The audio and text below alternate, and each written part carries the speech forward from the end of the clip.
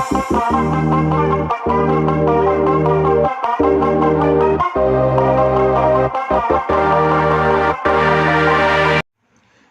वालेकुम दोस्तों, नजीब्स official YouTube channel में खुश आमदीद। दोस्तों, ये वीडियो 10वीं जमात महाराष्ट्र बोर्ड के साइंस हिस्सा दुवम की वीडियो है। इसमें हम सबक नंबर 8 का मुताला कर रहे हैं।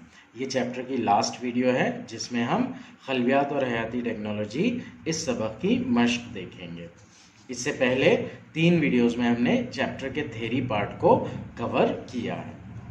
आइए वीडियो की शुरुआत करते हैं।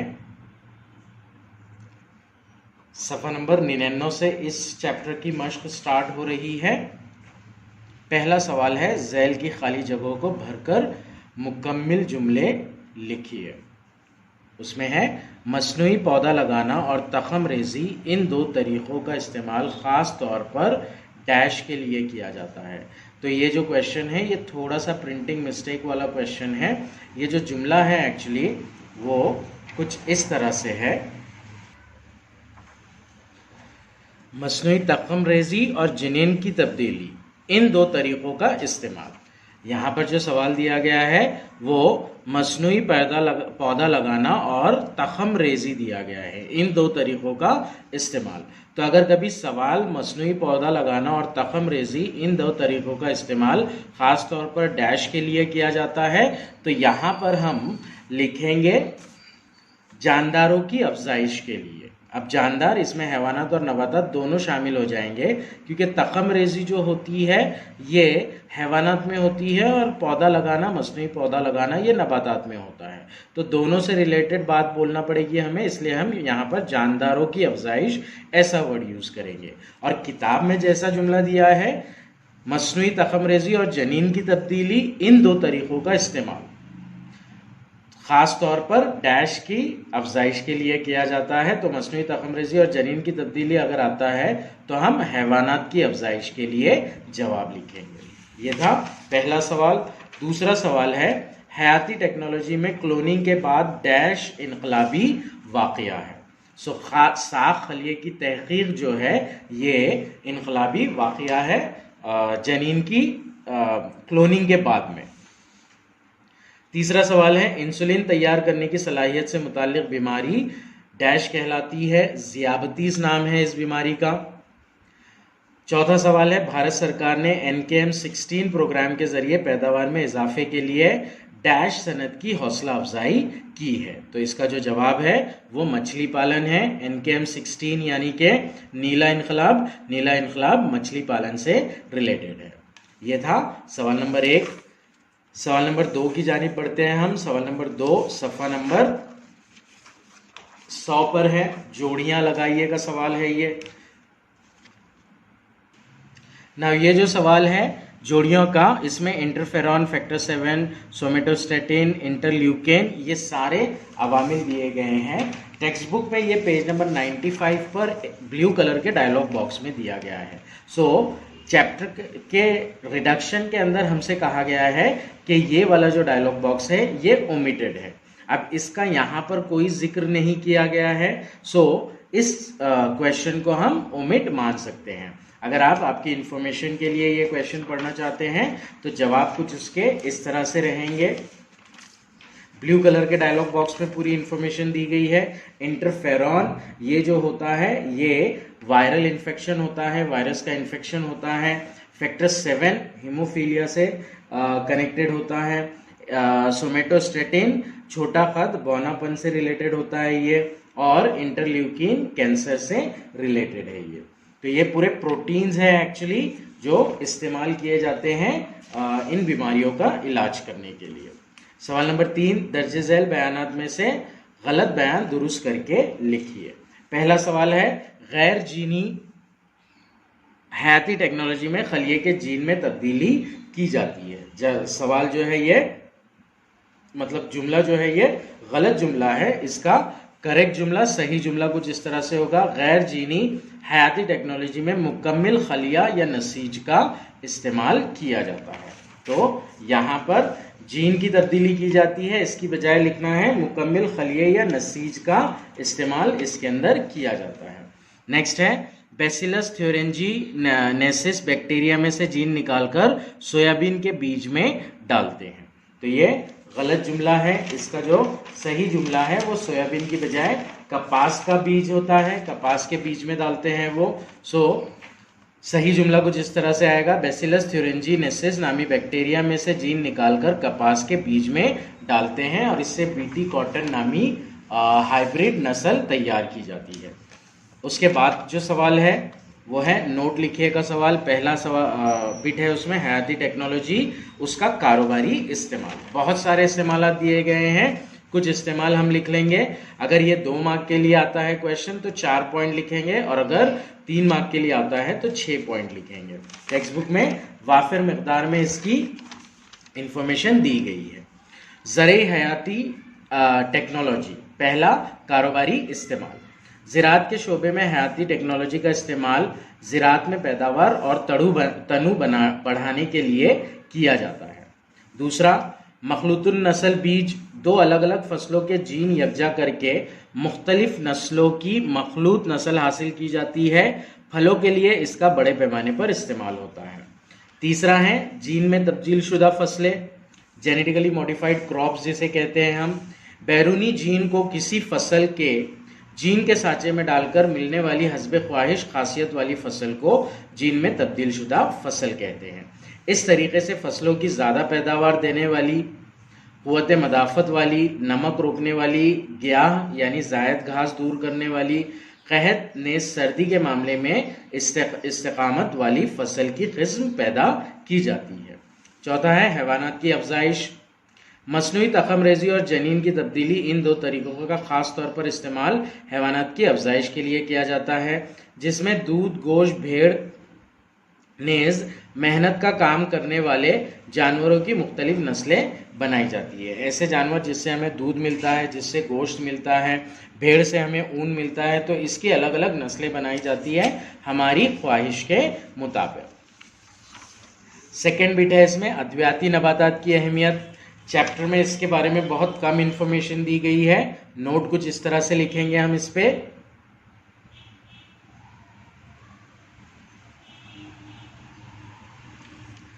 आयुर्वेद तरीक़े इलाज आलमी सतह पर मशहूर है, मशहूर तिब्बी शाख है जिसकी बुनियाद भारत में मौजूद है।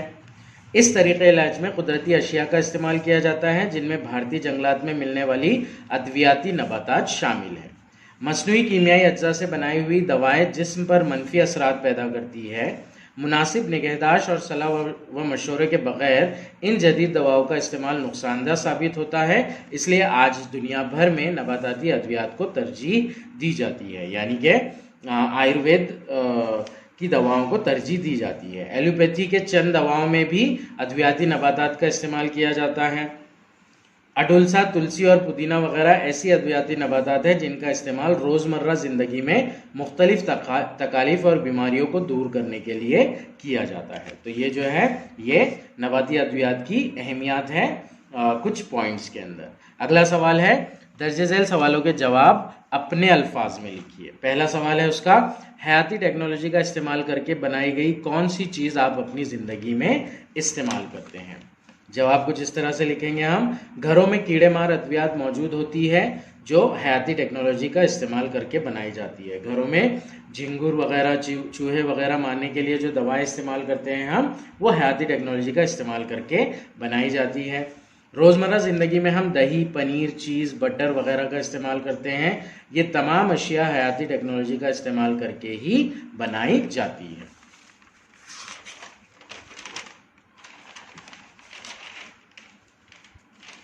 इसके अलावा बहुत सारे इस्तेमालात हैं जो हम लिख सकते हैं।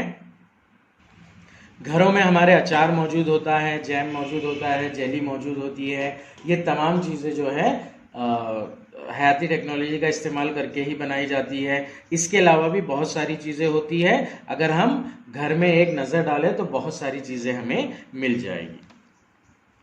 दूसरा सवाल है, हशरात कुश दवा की फुहार मारने के लिए आप किस बात पर ध्यान देंगे, आप क्या एहतियात बरतेंगे। हशरात कुश अद्वियात यानी कि कीड़े मारने वाली दवा। हशरात कुश अद्वियात की फुहार मारने के लिए मंदरजा झैल एहतियात बरतना ज़रूरी है। फुहार मारने से पहले मुंह और नाक पर एक कपड़ा बांधना चाहिए ताकि मुंह की जिल्द और नाक खुली ना रहे। आंखों की हिफाजत के लिए बगैर रंग के शीशों वाला चश्मा पहनना चाहिए। वाटर कलर ट्रांसपेरेंट का कलर का जो शीशा होता है वो पहनना चाहिए। पूरी आस्तीन वाली कमीज पहनना चाहिए। निस्फ आस्तीन वाली कमीज पहनकर हशरातकुश अद्वियात की फुहार नहीं करना चाहिए। हशरातकुश अद्वियात की फुहार शुरू करने से पहले रबर के दस्ताने पहन लेना चाहिए। तीसरा सवाल है इसका, इंसानी जिस्म के कई आज़ा बेहद कीमती क्यों हैं? इंसानी जिस्म के तमाम आज़ा ख़ास मकसद के तहत जिस्म में मौजूद हैं। तमाम आज़ा आसारी आज़ा को छोड़कर, जो हमने पहले सबक में आसारी आज़ा पढ़े हैं वेस्टिजियल ऑर्गन्स, उनको छोड़कर इंसानी जिस्म में तमाम जो आज़ा है वो एक पर्टिकुलर फेल अंजाम देते हैं, मखसूस अफ़ाल अंजाम देते हैं। दिमाग, जिगर, दिल, आंखें ये ऐसे आज़ा हैं जिनका नामुल बदल नहीं है। अगर ये काम करना बंद कर दे तो इंसान बीमार या हलाक हो सकता है। इसीलिए इंसानी जिस्म के तमाम आज़ा बेहद कीमती है। ये था सवाल नंबर 3। पांचवे का सवाल नंबर 4 जो है वो है, फलों पर अमल की सनत की इंसानी जिंदगी में क्या अहमियत है?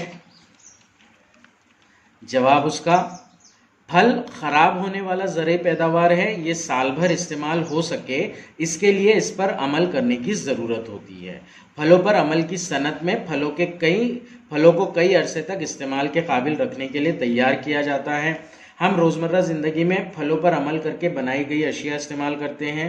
इन अशिया में चॉकलेट, शरबत, जाम, जेली जैसी जायकादार अशिया शामिल होती है। अलावा से कोल्ड स्टोरेज की सहूलत से खुश्क करना, नमकाना, शक्कर मिलाना, मुंजमद करना, हवा बंद करना, ऐसे कई सनती अमाल से फलों को लंबे अरसे तक इस्तेमाल के काबिल रखा जा सकता है। यह है फलों पर अमल की सनत की इंसानी ज़िंदगी में अहमियत। अगला सवाल है, टीका लगाना यानी क्या? वजाहत कीजिए। मखसूस बीमारी के जरासीम या बीमारी के दायमी तौर पर या कुछ अरसे के लिए मदाफियती सलाहियत हासिल करने के लिए दी गई तुर्याक एंटीजन मिली हुई अशिया को टीका कहते हैं। हयाती टेक्नोलॉजी का इस्तेमाल करके साइंसदानों ने मसनूई टीका तैयार किया है। इसके लिए उन्होंने बीमारी वाले जरासीम के प्रोटीन को एंटीजन के तौर पर इस्तेमाल किया। तजुर्बा गाह में इसके जीन मिलाकर एंटीजन तैयार किए और इसका इस्तेमाल टीके के तौर पर किया। अब नीम मुर्दा या मुर्दा जरासीम या वायरस का इस्तेमाल ना करते हुए प्रोटीन खालिस हालत में दी जाती है। ये प्रोटीन मर्ज के खिलाफ मदाफियाना कुव्वत तैयार करके शख्स को बीमारी से महफूज रखती है।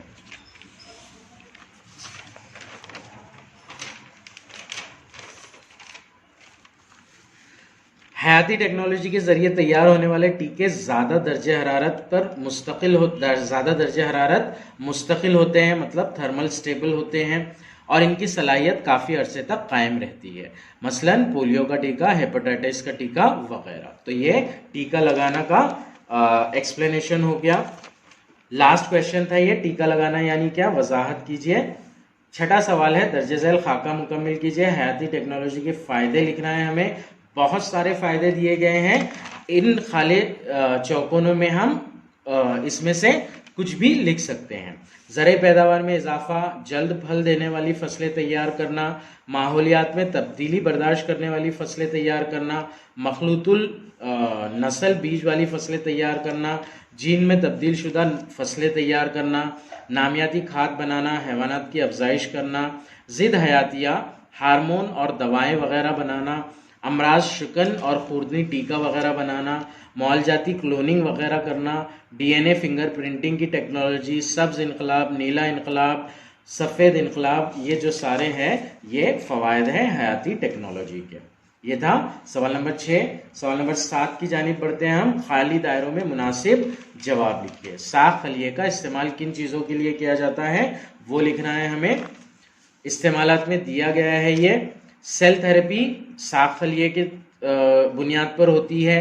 आज़ा की पेवनकारी भी साख खलिए की मदद से की जाती है और तजदीदी थेरेपी यानी कि खून के खलियात पैदा करना, यह अमल भी साख खलियात के ज़रिए ही अंजाम पाता है। सवाल नंबर 8, दी गई निस्बत को पहचान कर नामुकम्मिल निस्बत को मुकम्मिल कीजिए। पहले में दिया है इंसुलिन। इंसुलिन ये हार्मोन है ज़ियाबतीस का। इंटरल्यूकिन ये जो है ये प्रोटीन है कैंसर का। सो इंटरल्यूकिन के आगे कैंसर आएगा। दूसरे में दिया है इंटरफेरॉन, ये वायरल इन्फेक्शन है। Erythropoietin anaemia. सोमेटोस्टेटिन बोनापन, फैक्टर 7 हीमोफीलिया। तो ये जो क्वेश्चन है ये भी जोड़ियों की तरह ओमिटेड पार्ट पर डिपेंड है एक्चुअली। चौथा सवाल दिया गया है इसमें, सफेद इनकलाब दूध की पैदावार है, नीला इनकलाब जो है वो मछली पालन से रिलेटेड है।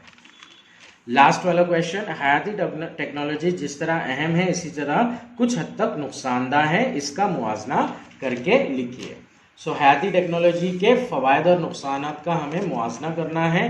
पॉइंट वाइज मुआवजा करेंगे हम, सिर्फ फवायद और नुकसानात नहीं लिखना है, यहाँ पे मुआवजा करना है। तो एक पॉइंट से क्या फायदा हो रहा है और उसी से क्या नुकसान हो रहा है, इस तरह से जवाब लिखना है हमें। डाइजेस्ट वगैरह में इसका जवाब सिर्फ फवायद और नुकसानात के बेसिस पर दिया गया है, उस तरह से जवाब ना लिखे आप लोग, इस तरह से मुआवजा करके लिखिए। पहला पॉइंट क्लोनिंग के तौर पर लेंगे, क्लोनिंग को डिस्कस करेंगे हम। क्लोनिंग से मौरूसी बीमारियों को रोकना, नस्ल में नशोनुमा जारी रखना और मखसूस रुझानात को बेहतरीन बनाना, ये बातें मुमकिन हुई है। तो ये फायदा है क्लोनिंग का। क्लोनिंग में इंसानी क्लोनिंग की दुनिया भर में मुखालफत हुई है। ये एक गैर फितरी अमल है जिसमें माँ तो होगी लेकिन बाप का वजूद नहीं होगा। इसे डिस्कस किया है हमने थ्योरी की वीडियो में। तो क्लोनिंग का जो नुकसान है, इंसानी क्लोनिंग ये एक गैर फितरी अमल है जिसमें माँ तो होती है लेकिन बाप का वजूद नहीं होता है। नेक्स्ट है जीनियाती तब्दीलियों को लेकर पॉइंट डिस्कस करेंगे हम। जीनियाती तब्दीलियों के जरिए हस्ब ख्वाहिश सलाहियत वाली फसलें हासिल करना मुमकिन हो गया है। इसके जरिए हैवानात में भी ऐसी नस्लें हासिल की जा रही है जो इंसान के लिए फ़ायदेमंद है। यह हुआ फ़ायदा। अब इसका जो नुकसान है, जीनियाती तब्दीलियों से कुदरत के उसूलों में खुली मदाखलत हो रही है। अगर इंसान ने दूसरे जानवरों के जीन में तब्दीली करके दूसरी किस्म के जीन बनाने की कोशिश की तो इससे कुदरती तवाजुन में ज़बरदस्त खलल पैदा होगा। ये नुकसान है उसका। तीसरा पॉइंट है, हयाती टेक्नोलॉजी से तैयार शुदा तमाम अशिया इंसान के लिए फ़ायदेमंद है, जो इंसान का पैसा और वक्त दोनों बचाते हैं। लेकिन कुछ कुछ चीज़ों के नुकसानात भी है, जैसे कि हयाती टेक्नोलॉजी से तैयार शुदा कुछ अशिया इंसानी सेहत के लिए मुज़िर भी होती है, हत्ता कि उनके इस्तेमाल से इंसान हलाक भी हो सकता है। मसलन हशरात कुश अद्विया। तो कुछ चीज़ें जो है उसका पैसा और वक्त दोनों बचाती है, लेकिन साथ ही अगर एहतियात बरती ना जाए तो वो इंसानी सेहत पर असरअंदाज होती है। कुछ कुछ केसेस में इंसान के हलाक होने के चांसेस भी होते हैं। तो ये 3 पॉइंट के थ्रू इसे डिस्कस किया गया है। चैप्टर का लास्ट सवाल था ये, सवाल नंबर 9। अगली वीडियो में इंशाल्लाह हम नेक्स्ट चैप्टर स्टार्ट करेंगे।